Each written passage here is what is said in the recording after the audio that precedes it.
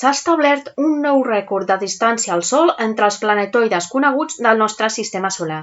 L'objecte, descobert l'any 2018 i provisionalment conegut com Falfaraut, es troba a 132 unitats astronòmiques del Sol, sent una unitat astronòmica la distància que separa la Terra del Sol, tot i que el seu punt de màxim allunyament arribarà a les 175 unitats astronòmiques. Per fer-nos una idea, aquesta distància és gairebé 4 cops el radi de l'òrbita de Plutó.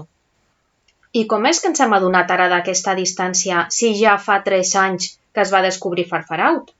El motiu té a veure amb el seu lent moviment orbital. La velocitat a la qual un objecte dona voltes envers del Sol està relacionada amb la seva distància. Així, si hi som a prop, hem d'anar ràpids per tal de no caure en ell. Per contra, si estem lluny, anar massa ràpid significaria escapar del sistema solar.